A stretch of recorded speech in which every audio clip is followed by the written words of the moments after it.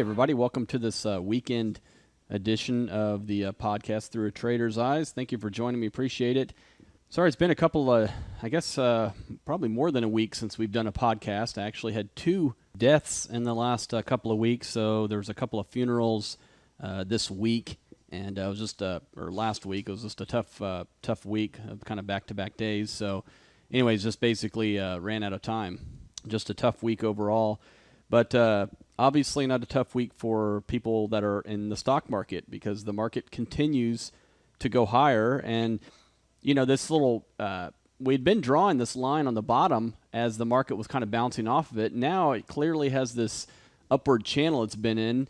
And, you know, the thing is, this market's starting to be compared to several years in the past. And we'll get into those years and kind of what happened after those years, as far as from this point forward, from, you know, the middle of May on through the end of the year, what typically happened, what was going on. But as you can see, you know, it's been relentless. The stock market has gone up, you know, maybe for several days, pulls back for 2 or 3 or 4 days, and then up it goes, pulls back a little bit, up we go. We kind of move sideways maybe, but again, 2 or 3 down days, and here we are. So I think at the very least we can expect this, perhaps this. I don't expect this. And the reason why is simply because you're seeing the volume pick up. You're seeing, and it's not huge, but you can see here it's picking up.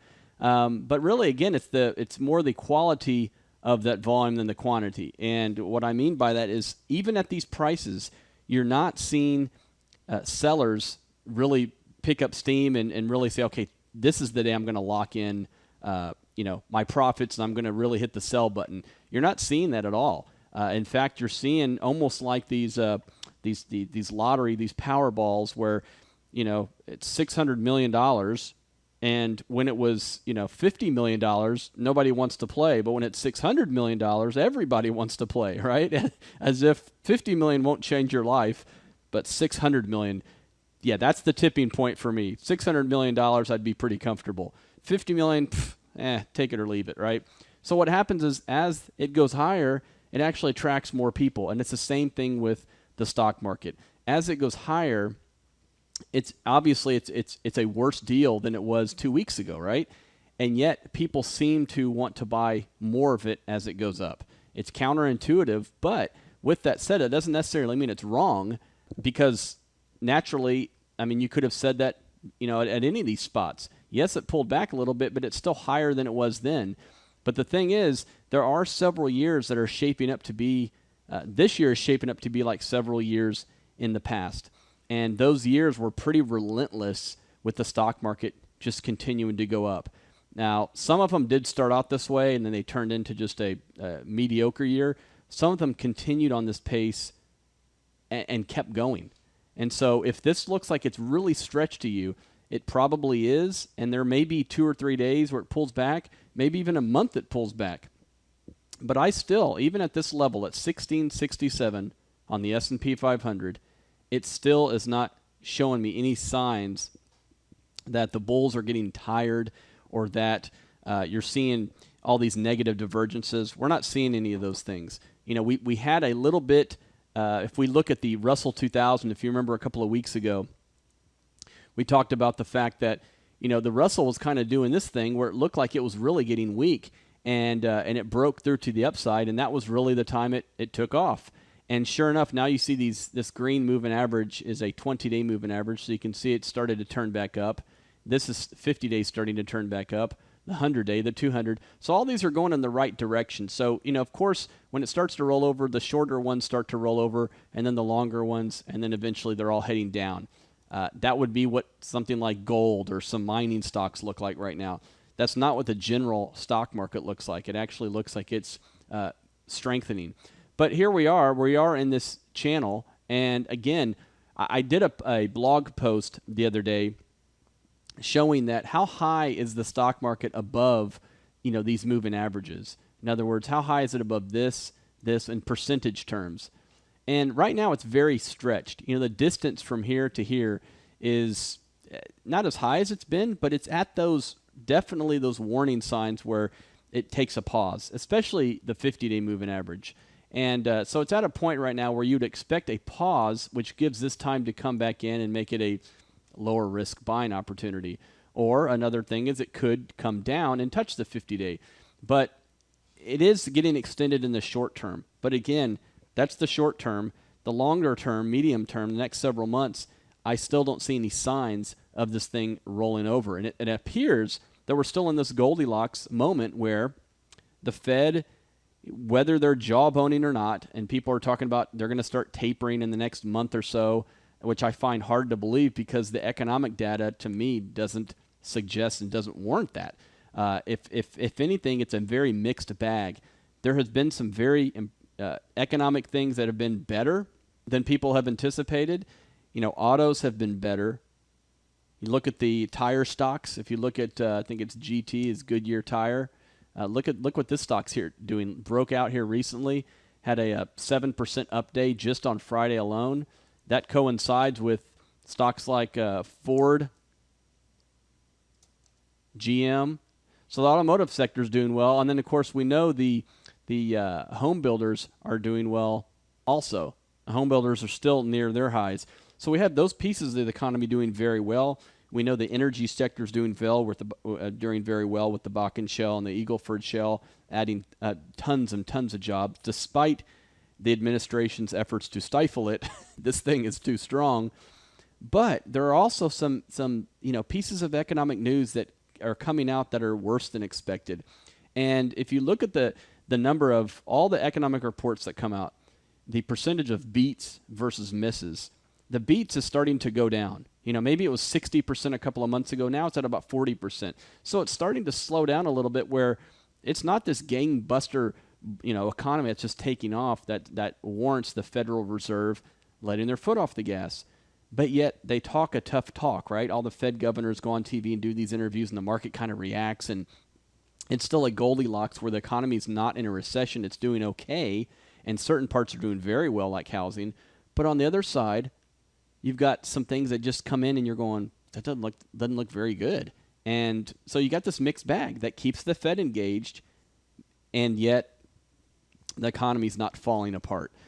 And the market continues to go higher, especially when you have other asset classes like the yen falling apart, gold falling apart. Other markets aren't doing as well as the U.S., so the U.S. is still attracting these dollars. And the U.S. is attracting, obviously, dollars coming from the yen. We know Mexico is picking up. I have a few friends that have businesses that do a lot in Mexico, and business is booming. And the cost of labor is now almost at equilibrium between China and Mexico. So there's a lot of manufacturers moving to Mexico. Again, the U.S. benefits from that. So there's a lot of good things going on, but from a stock market perspective, this thing's a little overheated in the short term. And it's been, but again, if you're focusing out a little longer term, maybe you say, I don't care about the 3 or 4 day pullback. The thing is, though, we don't know if it's going to be a 3 or 4 day pullback, right? Something bad could happen and the market could do this, and then that's maybe a really easy buying opportunity. But if it just does this, you may not even worry about that, right? But if you're looking to get new cash invested, it's very hard. You either have to use time stops where you're averaging in this market, or you have to wait for a dip if you have cash.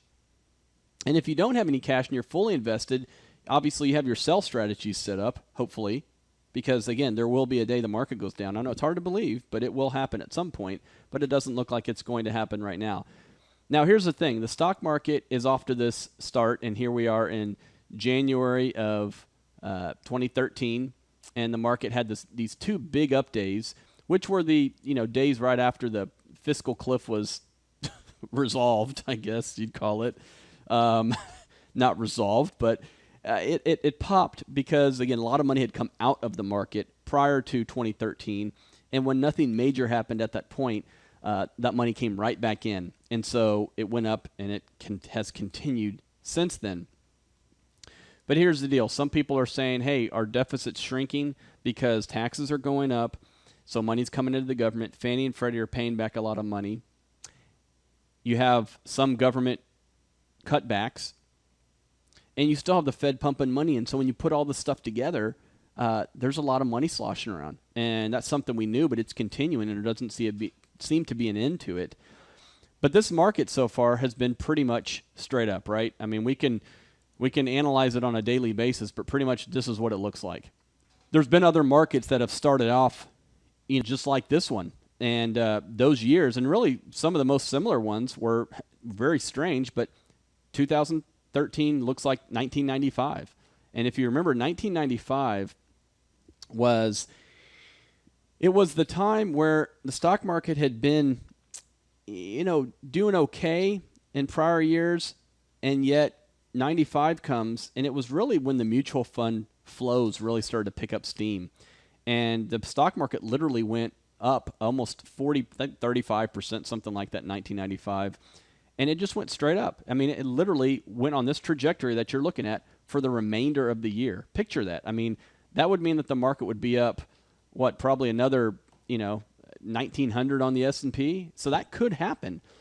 On the flip side, there was another time, 1987.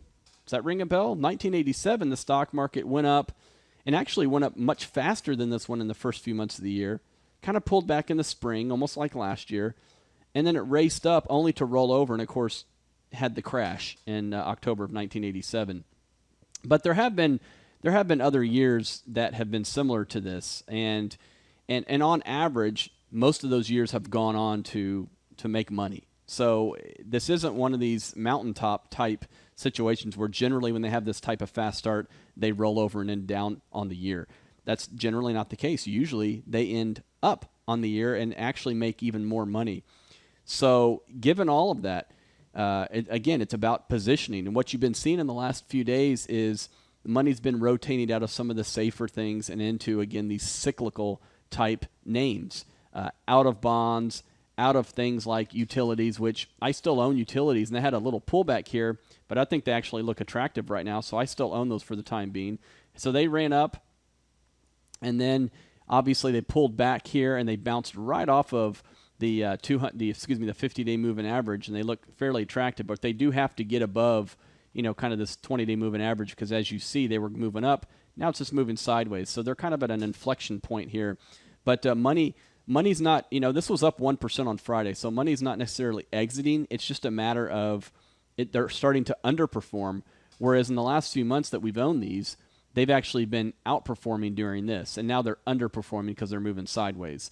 And things like financials have taken the lead, oil and gas has taken the lead, semiconductors, even transports, and even things like aerospace and defense has really taken off. And you can see, and this is something we need to be concerned about with the rest of the stock market. It was in a similar type channel, and then look what's happened here lately. It just broke out right here out of this channel. And so, it was doing the same thing that the stock market was doing, and you thought, oh, okay, a lot of people may come in and short this thing here. It went on up to the upside. So some of these things have just raced up, but again, they're at the very upper end, and it's really difficult to buy them. So if you're, you feel comfortable with what you own, then fine, you'd stay how you're positioned the way you are. If you're underinvested, you wait for the pullback, or you average in using specific time, so dates in the future. And of course, if you feel like you're overinvested, this is the time to take some profits right now, because again, on the shorter term basis, these oscillators, this thing is on the upper end and could pull back again just in the short run. So as usual, got a lot of economic data coming out this week. And again, just focus on having your systems in place. And if that means that sometimes, in the last couple of weeks, I actually got a little more caution, kind of ratcheted things down a bit and didn't go real heavy into cash or anything, but I did lighten up in some areas. And turns out so far that hasn't been the right move, because the riskier things have actually gone up in price. But there's a difference between, ratcheting down the risk and shorting the market. And I certainly haven't shorted the market. And there's still stocks that I'm buying. There's still stocks that look very, very attractive right now. But if you shorted the market, not only are you not keeping up with the market, but you're actually losing money, and it's kind of a double whammy. So be very careful about that. There's one thing to go to cash and say, I'm not going to participate.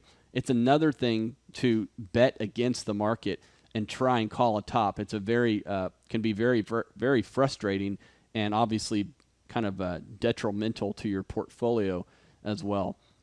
All right, guys, just wanted to get you a quick update in on this weekend, and we'll start off the week tomorrow, and hopefully we'll put some posts up there this week and do some more podcasts. So have a wonderful rest of the weekend, the few minutes you do.